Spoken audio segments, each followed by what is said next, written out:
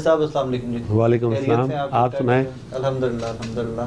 भाई साहब, complaint cell का अक्सर हम लोग सुनते हैं, बहुत सारे टेलीविजन पे भी आता रहता है, फलां कंप्लेंट सेल में चला गया complainant. How it actually works, काम करता कंप्लेंट सेल किस तरह? असल में सबसे पहले तो मैं आपका बड़ा मशहूर हूँ कि लाहौर रंग की टीम के साथ आप यहाँ पर आज तशरीफ़ लाए। एक्चुअली जो प्राइम मिनिस्टर ऑफ पाकिस्तान है इमरान खान साहब, उनका विजन है कि इंसाफ लोगों को उनकी दहलीज पे मिलना चाहिए, लोगों को किसी दफ्तर के अंदर चक्कर नहीं लगाने चाहिए। तो उस जब पाकिस्तान तहरीक इंसाफ की हुकूमत आई तो उनका सबसे ज़्यादा फोकस था कि माशरे में जहाँ जहाँ पर भी इदारों और इनफरादी लोगों के दरमियान में एक गैप था उसको फिल किया जाए। तो वज़ीर आला पंजाब का एक कंप्लेंट सेंटर बनाया गया जो कि पहले से मौजूद था लेकिन इतना फ़ाल नहीं था, इतना वाइब्रेंट नहीं था।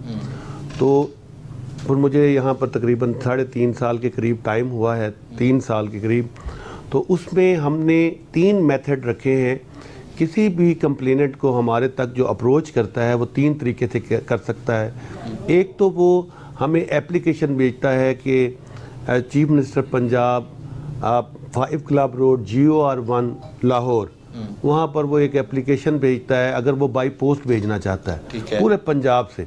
दूसरा, हमारा जो गवर्नमेंट का वेबसाइट है वहाँ पर एक लिंक मौजूद है कंप्लेंट सेल का, वहाँ पर वो लिंक को क्लिक करता है और वो सीधा जंप कर जाता है chief minister Punjab complaint cell के ऊपर। वहाँ पर वो अपनी एप्लीकेशन को दर्ज कराता है विद द अलाइड डॉक्यूमेंट्स। हम विदाउट आइडेंटिफिकेशन किसी भी एप्लीकेशन को एंटरटेन नहीं करते। बिल्कुल ठीक है, ताकि हम ये भी यकीनी बनाएं कि अनोनिमस एप्लीकेशन यहाँ एंटरटेन ना हो।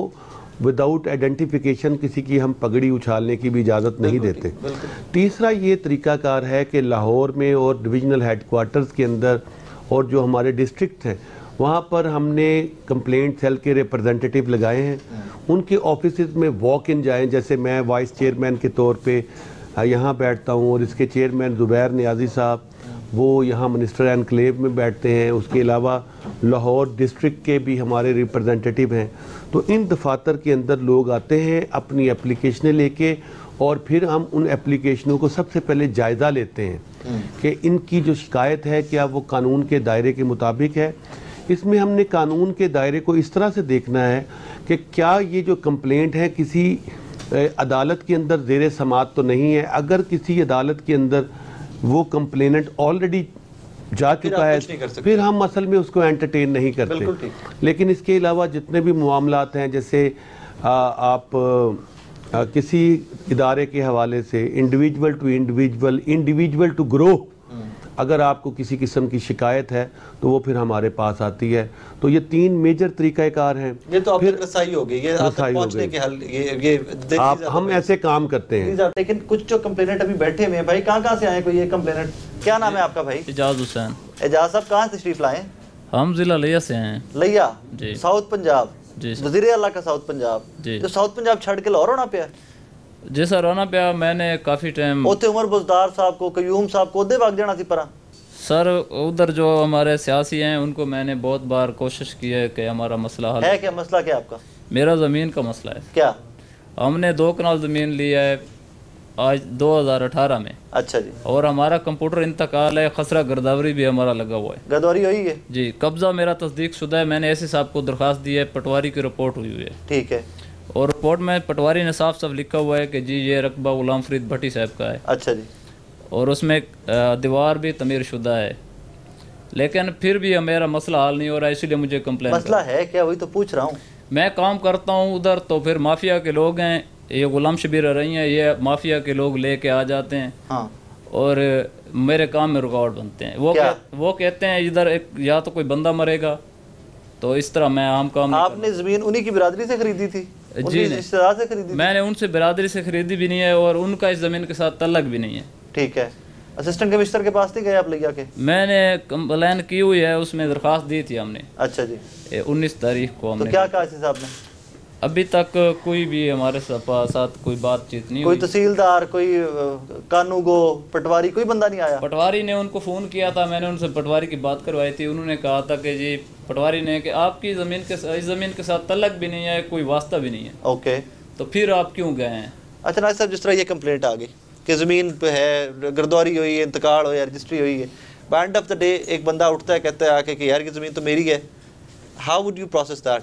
असल में देखें, इस हवाले से जो हमारे आपने इंटरव्यू भी किया है जिस कंप्लेनेंट का, ये जब हमारे पास आते हैं तो हम देखते हैं कि क्या डिप्टी कमिश्नर के पास हम इन्हें भिजवाएं, हाँ, या हम इसे डीपीओ के पास भिजवाएं, हाँ, और जिस तरह के कंटेंट्स होते हैं उसके मुताबिक शायद मेरा ख्याल है हमने उसको भिजवाया है। हमने उनको एक टाइम लाइन भी दी है कि आप इस टाइम लाइन के अंदर हमें बताएं कि ये जो कंप्लेंट्स के अंदर वो बताया गया है, जो इसकी शिकायत है वो किस हद तक दुरुस्त है। अगर ऐसा है तो ये जो ऐसा माहौल है गुंडागर्दी का, तो वो पाकिस्तान तहरीक इंसाफ तो हत्तल विसा कोशिश की है कि यहाँ पर असलहा की नुमाइश का जो कब्ज़ा ग्रुप्स हैं और इस तरह से जो लॉ एंड ऑर्डर क्रिएट करने वाले फैक्टर्स हैं उनके खिलाफ क्रैक डाउन किया जाए। लेकिन आपको पता है जहाँ पर हमारे वसाइल का पिछले अदवार के अंदर साइंटिफिक इस्तेमाल नहीं हुआ, तो हमारे माशरे के अंदर ऊपर और दरमियानी तबका और जो बहुत नीचे तबका है उनके अंदर एक बहुत बड़ा गैप पड़ चुका है। तो हमारी जो कम्युनिटी है वो किसी हवाले से काम नहीं कर रही। आप देखिए, अगर कम्युनिटी वर्क करती हो तो ये शिकायत कर रहे हैं कि वहाँ पर एक कब्ज़ा कर रहा है और जगह भी इनके नाम है, तो वो वही मसले को सॉल्व कर दें कि आप कौन होते हैं कि आप इस मसले को ख़राब कर रहे हैं जबकि जगह भी उसकी है। तो इदारे भी काम नहीं कर रहे। यही पाकिस्तान तहरीक इंसाफ का असल में विजन था और उनका ये जो नारा था कि बुनियादी तौर पे जो कानून नाफिज करने वाले इदारे हैं, जो इम्प्लीमेंटेशन करते हैं गवर्नमेंट के विजन को, उनके अंदर ऐसे लोगों को भर्ती कर दिया गया है सियासी वाबस्तगियों की बुनियाद के ऊपर कि वो डिलीवर ना करने की जो हमारे यहाँ रेशो है उसके हवाले से हमारी जो आहिस्ता आहिस्ता मुल्क नीचे जा रहा है, उसकी बुनियादी वजह है कि नाअहल लोग उन इदारों के अंदर आ चुके हैं। आहिस्ता आहिस्ता नीचे नहीं जा रहा, बड़ा तेजी से नीचे जा रहा है। लेकिन अभी एजाज भाई, आपको 19 को आपने कहा आपने एप्लीकेशन दी है एसी साहब को जी, अभी कुछ हफ्ता दो देखना रसी उन्होंने? सर मैंने बहुत कोशिश की है कि मेरा मसला हल हो भाई वही कह रहा हूं ना कि हफ्ता दो देखना नहीं, टाइम तो देना सी। एसी हुण तुहाडे कल्ले एक बंदे वास्ते तो नहीं बैठा, एप्लीकेशन आज फाइल कीती जे ऑन द स्पॉट तो नहीं उस तुहानू ओदा देना तरीकाकार या इलाज। यहाँ तक नासिर साहब तक कैसे पहुंचे आप? किसी ने वहां से रेफर किया आपको? जी मुझे रेफर किया है मेरे जानने वालों ने। और किसने? मेरे जानने वाले। मैं तो आप पीटीए के वर्कर हो? जी जी। तो वहाँ से आपके लोकल किसी ने आपको रेफर किया? नहीं, मेरे इधर से इस्लामाबाद से एक दोस्त हैं, उन्होंने किया। उन्होंने कहा आप जाएं नासिर सुलेमान साहब के पास, उधर कंप्लेंट सेल, अपनी कंप्लेंट लिखवाएं, इंशाल्लाह आपका मसला फौरन हल हो जाएगा। आप वेबसाइट पे नहीं गए कि आपने वो देखा नहीं, आपको पहले नहीं पता था कि किस तरह का कंप्लेंट सेल? अच्छा, ये मैं आपको एक बात बड़ी अहम है, आप मुझे लगता है कि कहीं बाहर भी रह के आए। देखें, जो स्नो बॉल होता है, जो वर्ड ऑफ माउथ होता है, जब आप किसी के साथ अच्छी डील करते हैं तो ये सबसे बड़ा मीडियम है। बिल्कुल। देखिए, मैंने ज़ाती तौर पे इस हवाले से जब अपनी ड्यूटी को ज्वाइन किया है तो तकरीबन इस दफ्तर से वाइस चेयरमैन वज़ीर आला शिकायत सेल पंजाब, हमने 1 लाख से ज़्यादा कंप्लेनेंट्स को ना सिर्फ सुना है बल्कि मुसलसल उनको बैकअप दिया है। ये लोग जब माशरे में फैलते हैं तो स्नो बॉल की तरह इनका जो वर्ड ऑफ माउथ है कि ये इदारा बहुत वाइब्रेंट है। आप देखें, ये बलूचिस्तान है, KPK है, आप देखें KPK में तो मेरा हाल ये काम कर रहा था, लेकिन सिंध के अंदर भी कंप्लेंट सेल कामयाब नहीं हो सका। उनकी ये थी नहीं इंटरेस्ट के लोगों को वहाँ हम ग्रास रूट लेवल के ऊपर मदद करें। प्राइम मिनिस्टर का ये जो विजन था कि लोगों को ना सिर्फ मदद करें बल्कि उनकी इज्जत नफ्स को मजरूह किए बगैर आप उनके हकूक उनको वापस लुटाएं।